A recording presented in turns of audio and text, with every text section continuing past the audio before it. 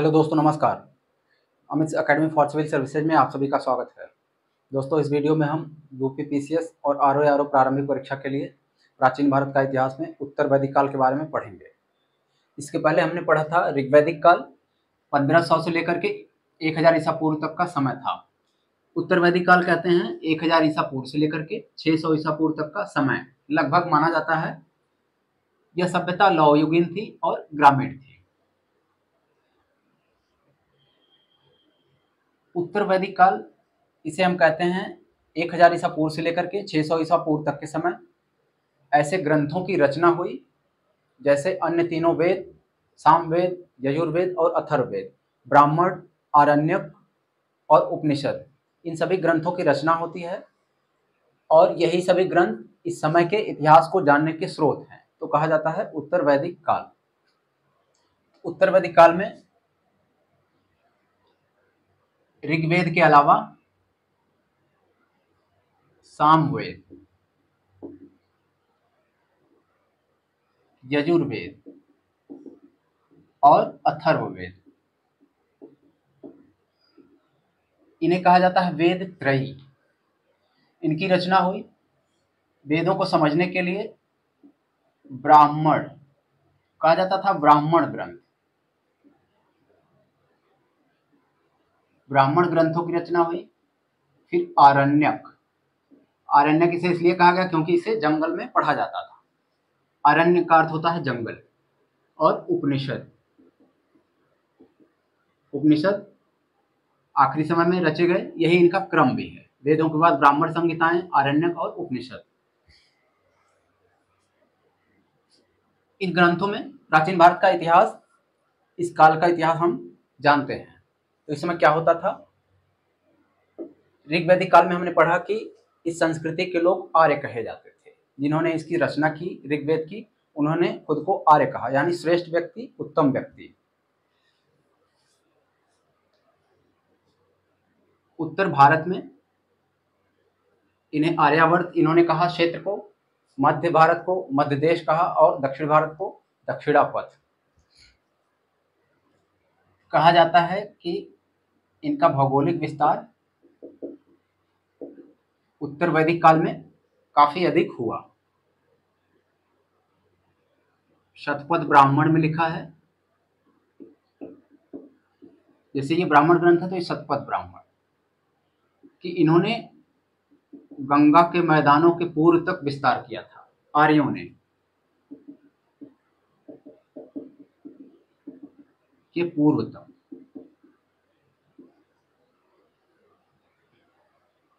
फिर आगे चल करके कुछ बड़े राज्य, शक्तिशाली राज्य भी विकसित हुए, तो और भी विस्तार हुआ उनका। उसके बाद हम देखते हैं सामाजिक व्यवस्था इनकी कैसी है। उत्तर वैदिक काल में बहुत ही महत्वपूर्ण सामाजिक परिवर्तन होता है। सामाजिक और धार्मिक परिवर्तन बहुत ही तेजी से बदलता है। तो सबसे पहले हम देखेंगे सामाजिक व्यवस्था कैसी थी। सामाजिक जीवन,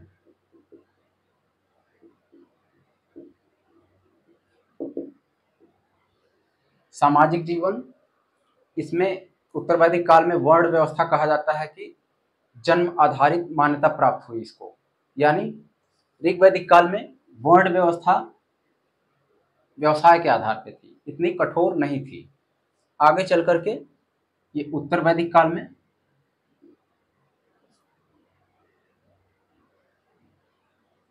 वर्ण व्यवस्था ये हो जाती है जन्म के आधार पर। जिसका पुत्र है वो भी उसी वर्ण का कहा जाएगा और वैसा ही उसका व्यवसाय होगा। 4 वर्ण आते हैं, ब्राह्मण, क्षत्रिय, वैश्य और शूद्र। इनका यही क्रम भी है। ब्राह्मणों ने खुद को सर्वोच्च कहा। उसके बाद वर्ण व्यवस्था में इसमें 4 वर्ण है।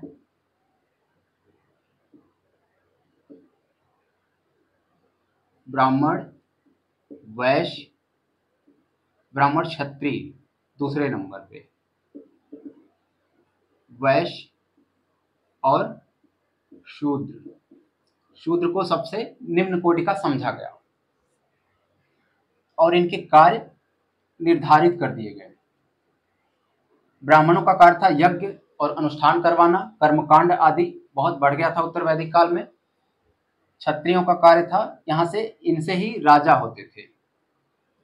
राजाओं का चयन बाद में राजा अनुवांशिक हो गया, क्षत्रियों से ही अधिकांश राजा हुआ करते थे।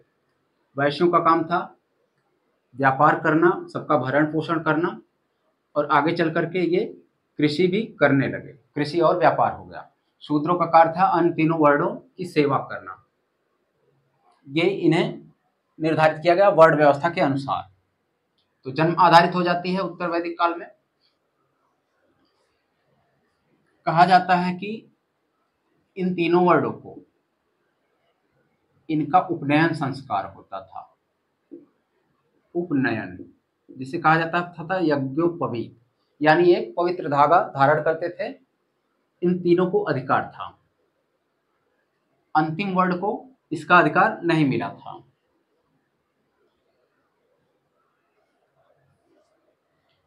इस समय आश्रम व्यवस्था, उत्तर वैदिक काल में आश्रम व्यवस्था आता है।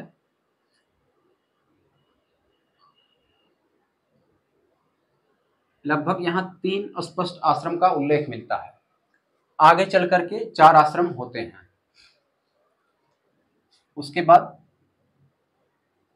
गोत्र की अवधारणा आती है। उत्तर वैदिक काल में गोत्र यानी एक ही कुल के लोग। जिन लोगों का गोत्र एक होगा वो आपस में विवाह नहीं कर सकते। यहाँ पर वर्जना हुई, विवाह नहीं कर सकते एक ही गोत्र के लोग, यानी वो एक ही परिवार, एक ही कुल के माने गए। गोत्र की अवधारणा, आश्रम और वर्ण जन्म आधारित, ये हो गया। स्त्रियों की दशा बहुत निम्न कर दी गई। उत्तर वैदिक काल में स्त्रियों की दशा निम्न हो गई। जैसे ऋग्वैदिक काल में स्त्रियों को समान अधिकार प्राप्त थे। वे यज्ञ में पुरुषों के साथ भाग लेती थी और अन्य कार्य भी करती थी। युद्धों में रथों पे भी रथ भी खींचती थी। उसके बाद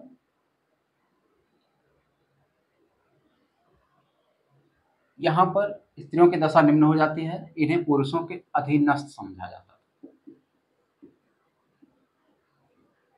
जहाँ ऋग्वैदिक समय में ये पुरुषों के साथ युद्धों में भी भाग लेती थी, अनुष्ठानों में भाग लेती थी और रथकार भी कभी कभी युद्धों में बनती थी, युद्ध क्षेत्र में राजा की मदद करती थी। इन्हें माना गया कि पुरुषों के अधीनस्थ हैं और निम्नतम हैं। हालांकि अब यहाँ इनको सभा, ऋग्वैदिक काल में स्त्रियों सभा में जा सकती थी। ऋग्वैदिक काल के बाद उत्तर वैदिक काल में सभा में जाने की अनुमति स्त्रियों को नहीं रही। हालांकि सभा और समिति इनका महत्व कम हो जाता है आगे चल करके, क्योंकि राजा शक्तिशाली हो जाता है, सामाजिक नियंत्रण स्थापित कर लेता है। सभा और समिति नाम मात्र की संस्थाएं रह जाती हैं। यहाँ ब्राह्मणों और राज परिवार के लोगों का प्रभुत्व रहता है। सभा और समिति होती है लेकिन इनका प्रभुत्व कम हो जाता है। स्त्रियां वहां नहीं जा सकती थी, तो स्त्रियों की दशा भी खराब कर दी गई। परिवार में जैसे हमने पढ़ा था, कुल ग्राम विश जन राष्ट्र इनकी प्रशासनिक इकाई थी। कुल ग्राम विश जन राष्ट्र, यहां राष्ट्र की अवधारणा आती है आगे चल करके। सबसे छोटी इकाई कुल यानी परिवार। परिवार का मुखिया कुलपति कुलप कहलाता था। ग्रामणी, विशपति, राजन और उसके बाद राष्ट्र की अवधारणा आती है। तो परिवार का मुखिया ही मेन होता था, यानी पिता। समाज पितृसत्तात्मक था। ऋग्वैदिक काल में भी समाज पितृसत्तात्मक ही था, स्त्रियों को अधिकार ज्यादा मिले थे। पिता परिवार का कुल का मुखिया होता था और सभी उसके नियंत्रण के अधीन रहते थे। उसके बाद हम देखते हैं धर्म। सामाजिक जीवन ऐसा हो गया इनका, इनकी धार्मिक व्यवस्था होती है ऋग्वैदिक काल के बाद के ये ग्रंथ रचे जाते हैं, सामवेद, यजुर्वेद, अथर्ववेद, ब्राह्मण, इनमें जो लिखा रहता है उसी आधारित धर्म भी इस काल का होता है। तो अब तक सबसे पहले इंद्र और अग्नि, ऋग्वैदिक काल में इनको महत्व था, अब ये महत्वपूर्ण देवता नहीं रह गए। प्रजापति, उनके स्थान पर आते हैं प्रजापति, जिनको सृजनकर्ता कहा जाता है, ये सृजक हैं, ये सबसे महत्वपूर्ण देवता है। उत्तर वैदिक काल में सबसे महत्वपूर्ण हो जाते हैं प्रजापति। विष्णु का नाम भी आता है, ये हैं रक्षक। पूषण जो पशुओं के देवता थे, वो आगे चल करके शूद्रों के देवता हो जाते हैं।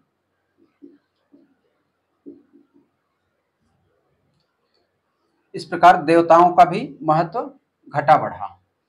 इंद्र और अग्नि के स्थान पर हो जाते हैं प्रजापति। यहाँ पर बलि और कर्मकांड का महत्व बहुत ज्यादा बढ़ जाता है, क्योंकि ब्राह्मणों का वर्चस्व होता है, पशुओं की बलि दी जाती है यज्ञ में, और धार्मिक कर्मकांड अनुष्ठान इतने बड़े पैमाने पर होते हैं कि एक तरह से कहा जाता है कि सामाजिक कुरीति स्थापित हो जाती है। ब्राह्मणों के वर्चस्व से समाज में बहुत कुरीतियां आती हैं। अब इसे हम कहेंगे यज्ञ, बलि, कर्मकांड आदि बढ़ जाता है, ब्राह्मणों और पुरोहितों का वर्चस्व बढ़ जाता है।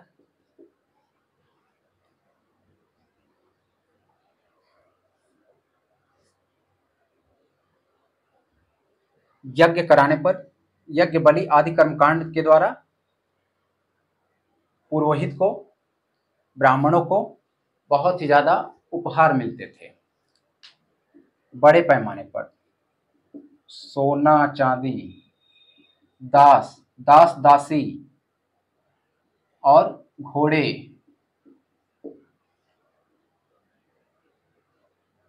घोड़े, गाय, यहां तक कि राज्य का एक अंश भी, जमीन, क्षेत्र भी, कभी कभी ब्राह्मण यज्ञ और कर्मकांड के बदले राज्य का एक अंश भी मांग लेते थे, दक्षिणा में जमीन भी मांग लेते थे। तो भूदान का कोई बहुत प्रचलन नहीं होता है, कुछ ब्राह्मण यहाँ जमीन भी प्राप्त करते हैं, आगे चल करके जमीन देने का रिवाज होता है, बहुत प्रचलित नहीं है अभी, लेकिन सोना चांदी, हाथी, सोना चांदी, घोड़े, गाय आदि। कुछ यज्ञों में तो 2.5 लाख की संख्या में गायें उपहार में दी गई हैं।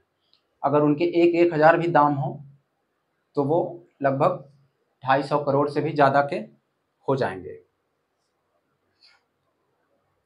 तो इतना उपहार मिलता था, ब्राह्मणों का वर्चस्व बढ़ता गया। पहले पुरोहित थे, यज्ञ आदि करवाते थे, यज्ञ कर्मकांड आदि, तो 16 की संख्या में पुरोहित थे, 16 प्रकार के पुरोहित। ऋग्वैदिक काल में हमने पढ़ा कि पुरोहित, व्यापारी, श्रमिक, शिल्पी आदि समाज में इनका वर्ण था, मतलब अलग अलग तरह के लोग थे। यहाँ पर इन्हीं 16 प्रकार के पुरोहितों में ब्राह्मणों ने आगे चल करके वर्चस्व बनाया और एकाधिकार का दावा किया। इन्होंने कहा कि धार्मिक अनुष्ठान कराने का हमारा एकाधिकार है। तो 16 प्रकार के पुरोहितों पे वर्चस्व बनाकर सिर्फ ब्राह्मणों ने अपना वर्चस्व बनाया और ब्राह्मण ही सारे कर्मकांड आगे करवाने लगे। इनका वर्चस्व बढ़ा, दान आदि पाते थे बहुत ज्यादा, और राजा भी शक्तिशाली होता था। राजा शक्तिशाली इस प्रकार से हुआ,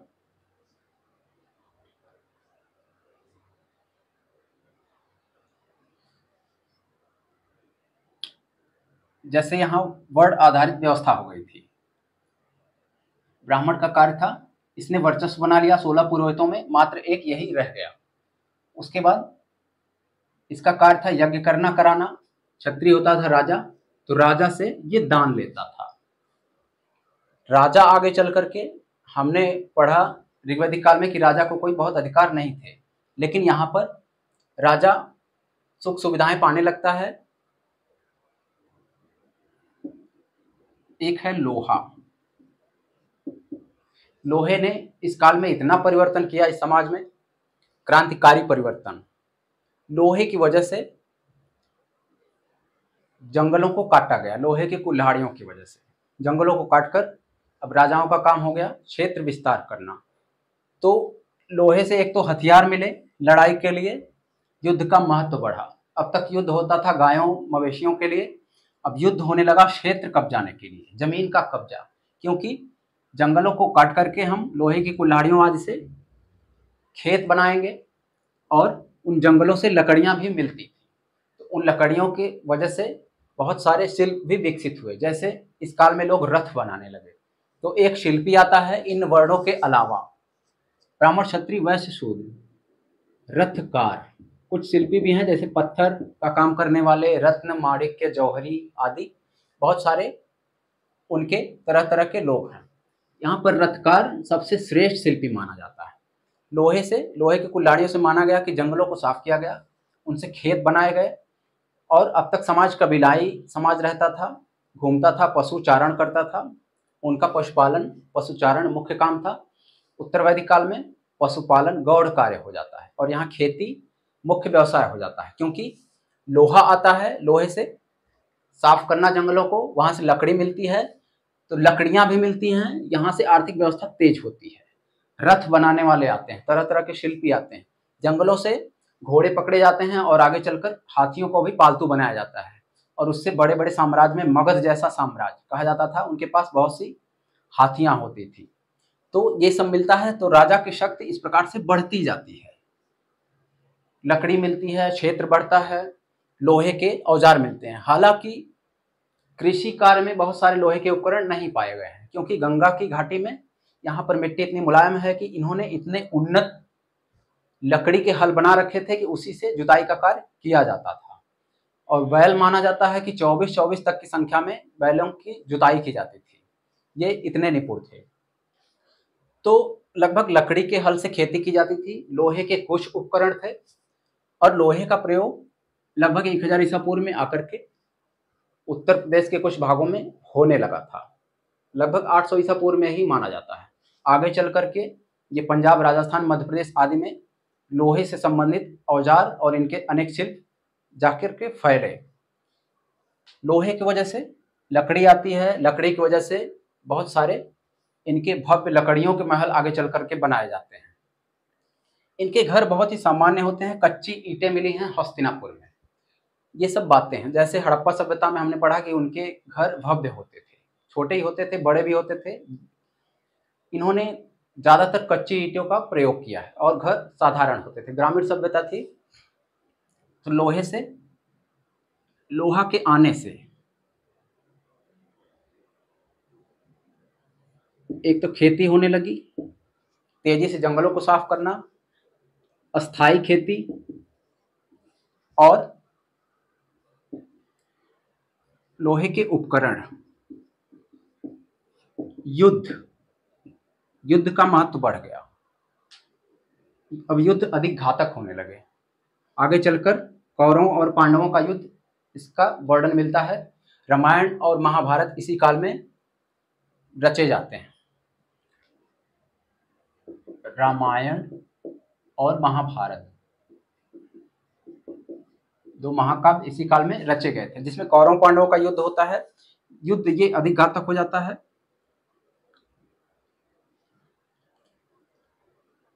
और लकड़ियों से रथ बनता है। घोड़ों को पालतू बनाते हैं। अब इनके पास घोड़े हैं। घोड़े रथ में लगाने के बाद तेज दौड़ सकते हैं। राजा के रथ में ज्यादा से ज्यादा घोड़े जोते जाएंगे। ज्यादा से ज्यादा घोड़े रहेंगे तो इंजन में ज्यादा पावर होगी। घोड़ा ही इंजन है, तो अधिक शक्तिशाली इंजन करने के लिए, हॉर्स पावर बढ़ाने के लिए, वहीं से शायद आया होगा हॉर्स पावर। तो इसका पावर बढ़ाने के लिए राजा के रथ में बहुत सारे घोड़े लगाए जाते थे। तो राजा का महत्व बढ़ा। अभी तक राजा की शक्तियां नहीं थी, तो राजा शक्तिशाली होता गया। ब्राह्मण इनको दान दक्षिणा आदि लेते थे, यज्ञ आदि करवाते थे। युद्धों का भी महत्व बढ़ा। तो लोहे से माना जाता है कि इन्होंने गंगा के मैदानों के उत्तर तक अपने शत्रुओं को परास्त किया, लोहे की वजह से। इनके पास रथ थे, घोड़े थे, अश्वचालित घोड़े, अश्वचालित रथ, यानी घोड़े जुते हुए रथ होते थे। तो विशिष्ट हुए तो बड़े बड़े राजा भी आगे चल करके हुए। कुरु, पांचाल आदि का वर्णन मिलता है इसमें उत्तर वैदिक काल में। तो राजा को लगा, अब तक राजा का निर्वाचन होता था, सभाएं चुनती थी, लेकिन राजा को लगा अब मुझे सामाजिक नियंत्रण स्थापित कर लेना चाहिए। राजा शक्तिशाली होता गया, उसने क्षेत्र विस्तार किया। एक सबसे बड़ी बात हुई इस समय में कि ब्राह्मणों ने, कहा जाता है यज्ञ और कर्मकांड आदि के द्वारा ब्राह्मणों का भी वर्चस्व बढ़ा और क्षत्रियों का भी वर्चस्व बढ़ा। इन्होंने अपनी शक्ति का विस्तार बहुत ही अधिक कर लिया। अब राजा आनुवांशिक हो गया। राजा कहता है कि अब मेरा बेटा ही राजा बनेगा। यहां से आता है ज्येष्ठाधिकार का नियम। उत्तर वैदिक काल में ज्येष्ठाधिकार, राजा का बड़ा बेटा राजा बनेगा। ऐसे ही मिलता है उत्तर वैदिक काल में कि युधिष्ठिर का छोटा भाई था दुर्योधन, वह उनसे छोटा भाई था, लेकिन उनका भूभाग कब्जा कर लिया था। अब युद्ध, ऋग्वैदिक काल में हमने पढ़ा कि गायों के लिए युद्ध होता था, मवेशियों के लिए युद्ध होता था जिसको कहते थे गविष्टि। लेकिन अब युद्ध गायों के लिए न होकर के क्षेत्रों के लिए होने लगा। यही ज्येष्ठाधिकार का नियम आया और दुर्योधन का छोटा, उनका युधिष्ठिर का छोटा भाई दुर्योधन, उसने कब्जा किया था। महाभारत में मिलता है, कथा में वर्णन है। तो इन्होंने जमीन के लिए इनकी लड़ाई होती है और कौरवों का विनाश होता है। पांडवों का भी लगभग बहुत कुछ, सब कुछ निछावर हो गया होता है। तो युद्ध से किसी का फायदा नहीं होता। राजा अनुवांशिक हो जाता है, उसका पुत्र, ज्येष्ठाधिकार का नियम आता है, बड़ा पुत्र राजा बनेगा। यही क्रम हमेशा नहीं चलता था, कभी कभार लड़ाइयां होती थी, लेकिन ये नियम था। उसके बाद आगे चल करके राजा को स्वेच्छा से लोग देते थे उपहार। ऋग्वैदिक काल में उसे कहा जाता था बलि। लेकिन आगे चल करके राजा को लगा कि ये उपहार पाना मेरा अधिकार है, उसने प्रथा बना दिया और इस अधिकार को, इस प्रथा को, उपहार को टैक्स बना दिया। तो जनता, वैश्य के ऊपर लगा दिया गया कि अब टैक्स देंगे। पहले वैश्य ही टैक्स चुकाते थे क्योंकि ब्राह्मण पुरोहित था तो वो टैक्स दे नहीं सकता था, उसको छूट थी। क्षत्रिय राजा था, राजा टैक्स देता नहीं। वैश्य ये व्यापारी था तो यही टैक्स देता था। शूद्र, इसके पास इतना था नहीं कि ये टैक्स दे सके। तो कर ये स्वेच्छा से दिए जाते थे, जिसको कहा जाता था बलि। आगे चल करके बलि को बना दिया जाता है। राजा कहता है कि अब मैं नियमित रूप से सब लोग देंगे, प्रथा बन जाती है। तो राजा के पास कर आता है, नियमित कर आता है, तो उसके पास पैसे आते हैं, तो वो धनी होता जाता है। और उधर लोहे के हिसाब से जब लोहा जाता है तो खेती भी होती है, इसका क्षेत्र भी बढ़ता है। लोहे से खेती बढ़ती है, क्षेत्र बढ़ता है। राजा के पास रथ घोड़े हैं और उसके पास युद्ध के उपकरण हैं और युद्ध में ये सब काम आता है। युद्ध से भी क्षेत्र विस्तार करता है, तो राजा शक्तिशाली होता जाता है। आगे चल करके बड़े बड़े राज्य आते हैं। तो राजा के पास ज्यादा से ज्यादा टैक्स आता है। फिर ब्राह्मण क्या करते हैं, यज्ञ और अनुष्ठान इनकी संख्या बढ़ा देते हैं। ब्राह्मणों को लगा कि ज्यादा से ज्यादा यज्ञ करवाई जाए। अब हर चीज में यज्ञ किया जाता है। जैसे राजा युद्ध लड़ेगा कहीं कब्जा करने के लिए, किसी पड़ोसी क्षेत्र को हराने के लिए, तो उसके विजय के लिए भी ब्राह्मणों ने कहा कि कुछ कर्मकांड करो, अनुष्ठान करो, यज्ञ करो। तो राजा भारी भरकम उसको उपहार देता था। इतना भारी भरकम कि 100 साल खाने भर को और जीने भर को ऐश से पर्याप्त हो। लेकिन फिर भी इस प्रकार से ब्राह्मणों का वर्चस्व बढ़ा और राजाओं यानी क्षत्रियों का भी वर्चस्व बढ़ा। फिर आगे चल करके ब्राह्मणों को लगा कि क्षत्रिय राजा है, सामाजिक नियंत्रक बन के बैठा हुआ है। हमारा वर्चस्व अगर सामाजिक नियंत्रण पे भी हो जाए तो अच्छा है। फिर आगे चल करके क्षत्रियों और यानी राजाओं और पुरोहितों में, ब्राह्मणों में वर्चस्व की लड़ाई भी होती है। कुछ ब्राह्मण अपने आप को राजा घोषित करने की चेष्टा करते हैं। दोनों की लड़ाई में आगे चल करके जब निम्न वर्णों से इनका सामना होता है, इन दोनों की जब लड़ाई होती है या फिर कोई तकरार होती है, तो नीचे के वर्ण यानी वैश्य और शूद्र, इनसे जब सामना होता है ऊपर के दो वर्णों का, तो इन्हें आगे चल करके लगा कि हमें सहयोग से रहना चाहिए, क्षत्रिय राजा रहे और ब्राह्मण पुरोहित रहे। इसी प्रकार से दो वर्णों पे हम लोग प्रभुत्व बना करके रह सकेंगे। तो ऐसी सामाजिक व्यवस्था बनाई गई। इतनी घटिया सामाजिक व्यवस्था, स्त्रियों को पहले ही निम्न दर्जे में पहुंचा दिया गया। वो सभा में नहीं जा सकती थी, उनको उतने अधिकार नहीं थे, यज्ञ के अनुष्ठान आदि करती थी। इस प्रकार से सामाजिक परिवर्तन होता है। अब आते हैं, हम देखते हैं कौन कौन से ग्रंथ हैं और इनमें क्या क्या है।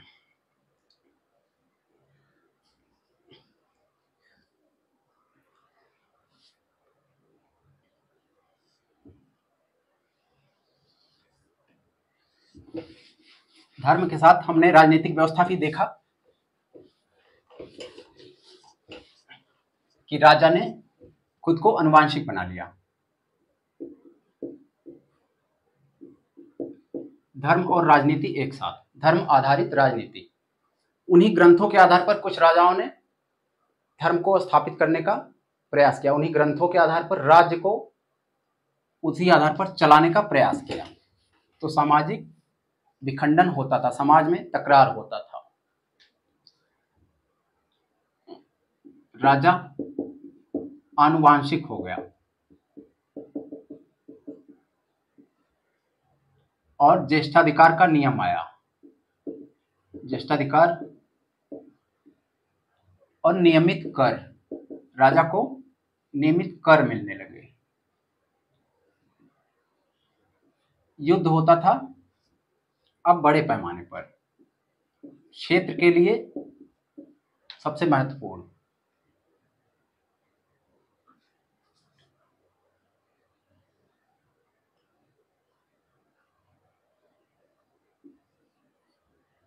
उसके बाद आते हैं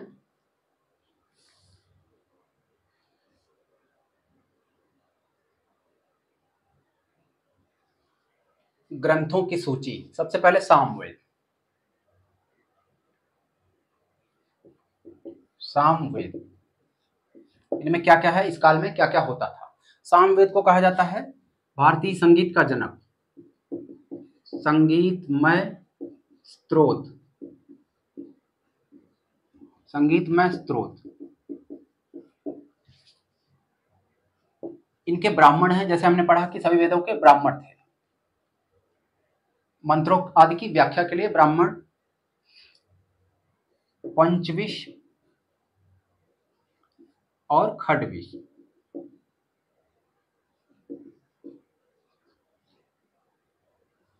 सामवेद ये गाई जा सकने वाली ऋचाएं हैं, संगीत में स्त्रोत है। भारतीय संगीत का इसे जनक कहा जाता है। सामवेद सबसे छोटा वेद है। उसके बाद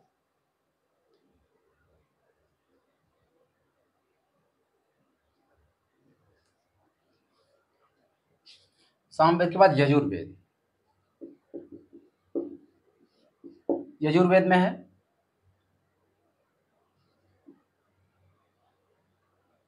यज्ञ और कर्मकांड, यज्ञ बलि कर्मकांड आदि।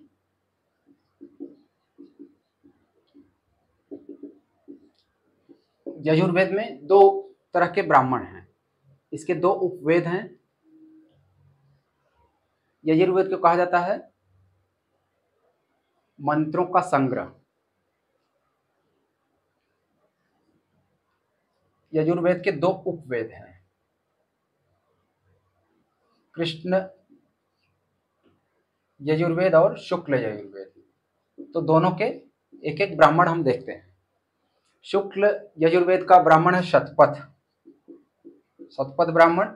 इसमें कहा गया है कि इसमें विस्तार से मिलता है कि आर्यों ने गंगा घाटी में कैसे अपना विस्तार किया। और शतपथ ब्राह्मण में कहा गया है कि राजा को उपहार में ब्राह्मण को, यज्ञ के बाद उपहार में ब्राह्मण को सभी दिशाएं दान कर देनी चाहिए। अगर ऐसा होगा तो राजा कहाँ जाएगा। लेकिन इससे पता चलता है कि वो बहुत सारी जमीन कब्जाने के चक्कर में रहते थे, बहुत सारा भूभाग। शतपथ ब्राह्मण और शुक्ल यजुर्वेद का है तैत्तरीय।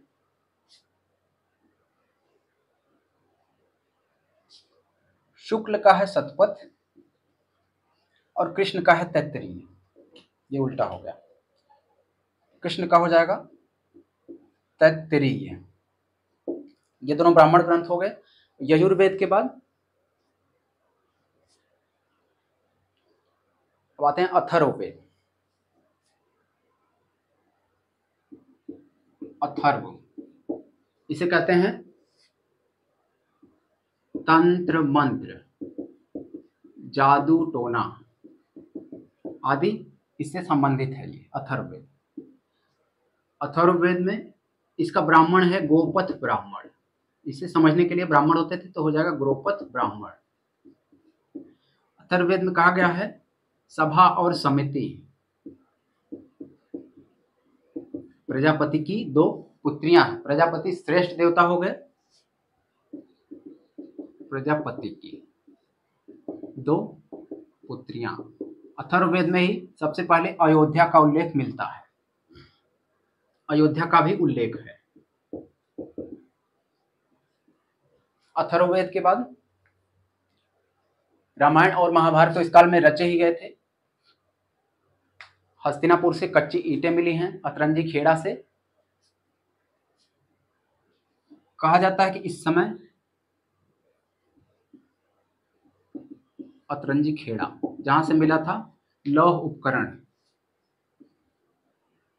चित्रित धूसर मिद्र भाण, चित्रित धूसर मृद भाण यानी मिट्टी के बर्तन, ये प्रसिद्ध था। इसे कहते हैं PGW, पेंटेड ग्रे वेयर। ये बर्तन मिले हैं। और भी मृदभांड हैं, लाल और गेरुए, लाल और काले मृदभांड और लाल भी गेरुए। इस प्रकार से कांसे आदि के बर्तन भी मिले हैं। सबसे पहले इन्होंने तांबे की धातु का प्रयोग किया था, उसके बाद आगे चल करके लोहा का भी प्रयोग किया। वस्तु विनिमय प्रणाली इन लोगों में प्रचलित थी। पहले हम देखते हैं अथर्ववेद हो गया, गोपथ ब्राह्मण। अथर्ववेद के बाद ब्राह्मण शतपथ। शतपथ ब्राह्मण मिलता है आर्यों का विस्तार, गंगा घाटी के, गंगा के मैदानों के पूर्व में। और शतपथ ब्राह्मण में ही राजा जनक के हल चलाने का वर्णन है।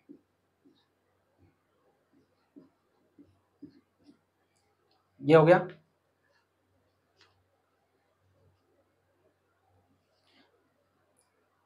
मुंडक उपनिषद में आगे चल करके लगभग 600 ईसा पूर्व में उपनिषदों का जब संकलन होता है, इनकी रचना होती है, तो ब्राह्मणों के वर्चस्व पर चोट की जाती है।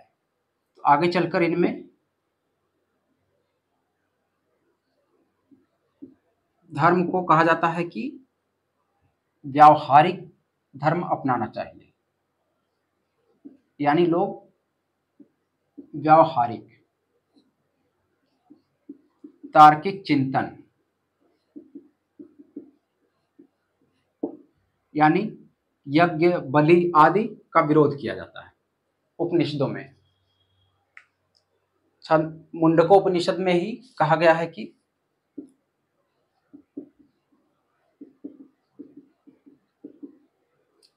सत्यमेव जयते और यज्ञ की तुलना टूटी नाव से।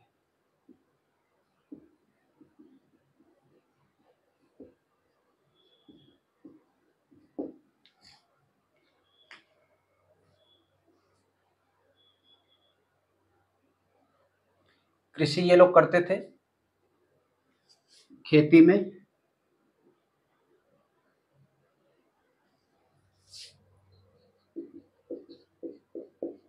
उन्नत कृषि, अस्थायी कृषि होने लगी, तो खेती में होता था व्रीहि, कहा गया है चावल को। अतरंजी खेड़ा से चावल भी मिला है। और गोधूम, गोधूम भी मुख्य हो गया, गेहूं को गोधूम कहते हैं। कौशेय, कौशेय कहते थे रेशम को। सभी चीजें उगाते थे, दालें, तिलहने, ये सब उगाते थे। लोहे को कहा जाता था श्याम अयस, लोहा श्याम अयस या कृष्ण अयस, यानी काली धातु। यही सारे ग्रंथ थे इस समय के। तो इसी आधार पर यह समाज चलता था और इस प्रकार से सामाजिक परिवर्तन होते हैं 600 ईसा पूर्व में आकर के। कुछ राजाओं ने, कुछ राज्यों ने ब्राह्मणों के वर्चस्व पर और इनके आडंबर पर, यज्ञ, कर्मकांड, बलि पर बहुत ही आलोचना की, विरोध किया और मुखर स्वर में इनका विरोध किया। और आगे चलकर तार्किक चिंतन शुरू होता है और 600 ईसा पूर्व में लगभग यहां से हम शुरू करेंगे। कहा जाता है कि